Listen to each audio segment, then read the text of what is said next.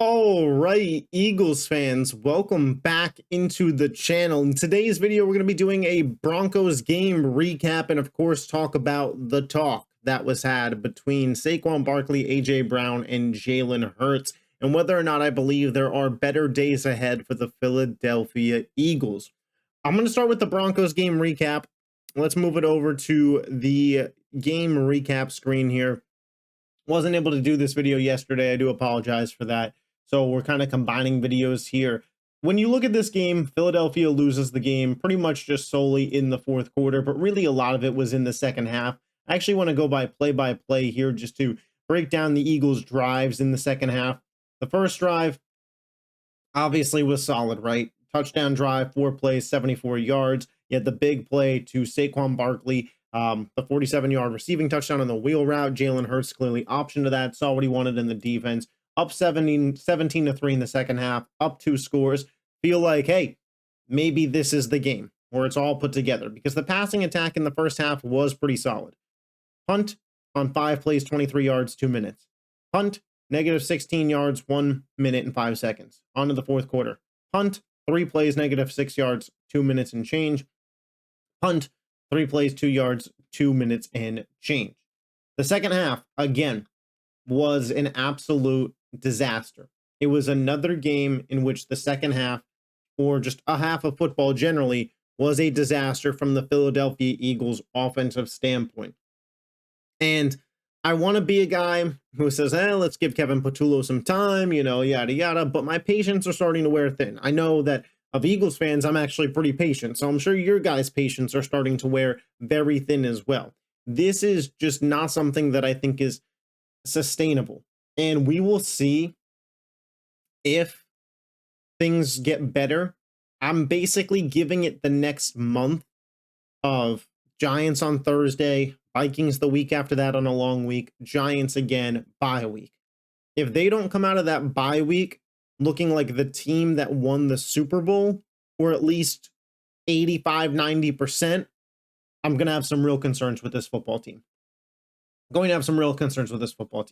Jalen Hurts was 23 of 38, threw the ball 38 times in this game, in a game in which we held a 2-score lead in the second half.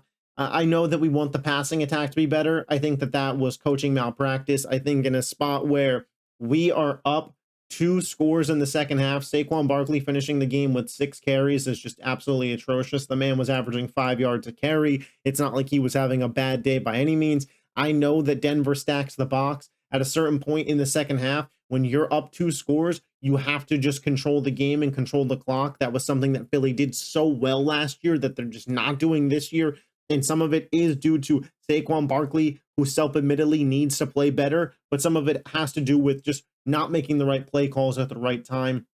And I thought that, there were multiple drives in that second half where there wasn't a rushing attempt. Well, now Denver's just selling out to the pass. You have to have a balance there, and you probably should lean more heavy on the run in the second half of that football game. Devonta Smith, obviously, 8 for 114. Denver plays a lot of man.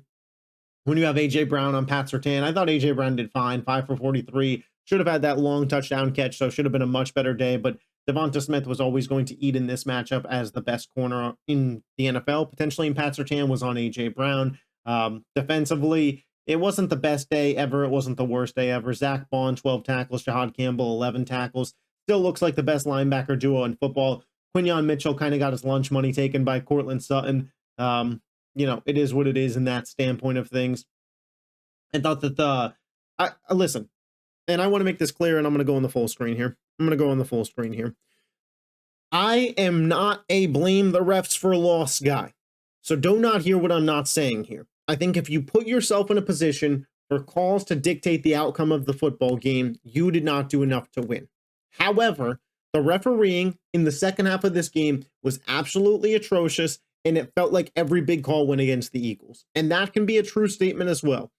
The intentional grounding, that was clearly intentional grounding. The referees called it, and then New York picks up the phone and says it's not, was a disaster.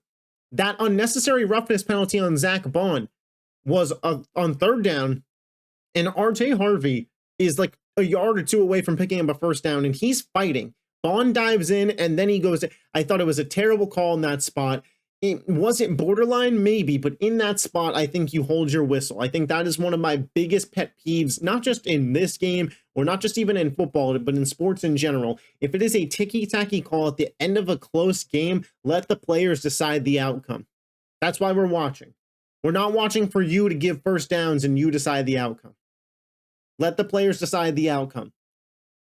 But if you're going to call it ticky-tacky, then you certainly should have called that pass interference call on Dallas Goedert at the end of the game. Because then we're looking at a first and goal play from the 3-yard line, one play to get in the end zone rather than a Hail Mary. Again, Philly didn't do enough to win this game. That's why they lost. But the refereeing shouldn't go untalked about. That's for sure. Now, coming out of that game, I feel like the Eagles are on the right track, man. And I know that sounds weird to say coming off of a loss, but I felt like the passing game proved that it could be good. And we've seen the run game be good before. We've seen the passing game be good before. We know the talent's there. It's about putting it all together. And I think that's why Saquon and Jalen and AJ had a long conversation. Because I think that the body language has been a question. Absolutely. I think that effort has been a question. Absolutely. And I know that execution has been not where it needs to be. The team has so much talent and the defense is so good, but they're still 4-1. But there's a reason they had that conversation. I feel this next month, like I mentioned, will tell us a lot about the Eagles. But I believe in where this team is headed. I believe we've seen glimpses. We've seen excellent halves. It's about putting it all together. It's not like we've seen nothing. And unlike 2023, because I know that there's going to be a lot of comparisons, the Eagles' struggling side of the ball, which is their offense, in 2023 it was the defense that was covered up a lot by Jalen Hurts and just him leading heroic comeback after heroic comeback.